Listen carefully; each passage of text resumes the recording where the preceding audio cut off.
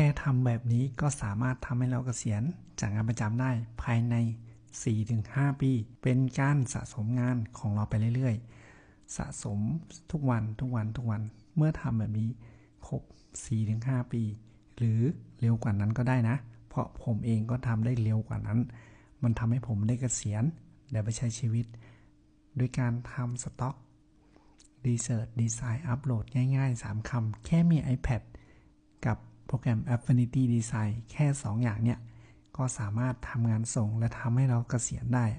มันโคตรคุ้มกับชีวิตผมมากนี่คือสิ่งที่เรียกได้ว่ามันคุ้มค่ามากๆกับชีวิต